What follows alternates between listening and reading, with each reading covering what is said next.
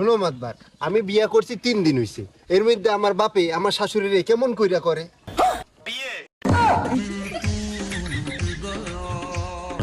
সকালে লাত্তি দিয়া তোর ডেকে মই ভাত কাপুর চাই। কিরে সালাম ভাই, কামডা করলা কি? এত লজ্জা দিস না দি, হে ওমরে চাইছে মুইও হেরে চাইছি। এটাও কি সম্ভব?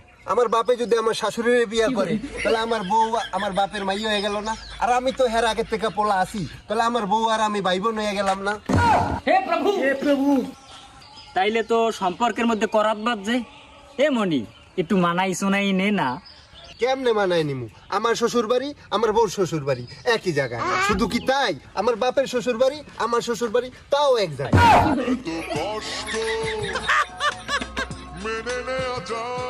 আমার যদি ছেলে পেলে হয় আমার বাপেরে নানা কইব না দাদা কইব?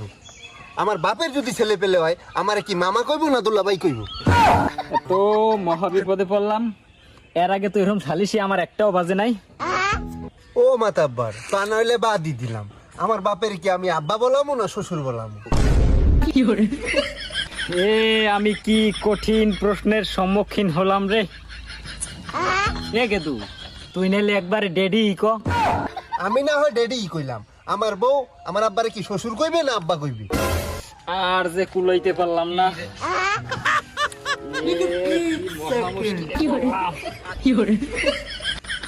মাথা হ্যাং হইলে হইবে না মাতাব্বর। আমি কি আমার শাশুড়িরে মা কমু না শাশুড়ি কমু? এবার তুই একটা কাম কর, একবার তুই মাম্মি ডার্লিং ক।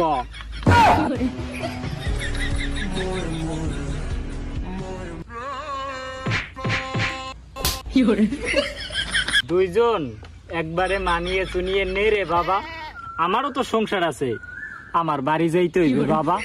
তুমি নাইলে বাড়ি গেলে, আমি বাসায় গেলেই মনে হইতেছে আমি বাড়ি আইলাম না শ্বশুর বাড়ি আইলাম।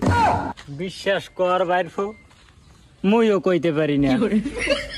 ও সালাম ভাই, তোমার সেটাই তক্তা মেরে দেব। তুমি কেটা একটা কামের কাম হল্লা, তোকে এই বাপ বেটার সালিশি করতে হইলে তোর দাদারে লাগবে। আমারে তোরা মাফ করিয়া দে। আরে আমি জানো কেডা?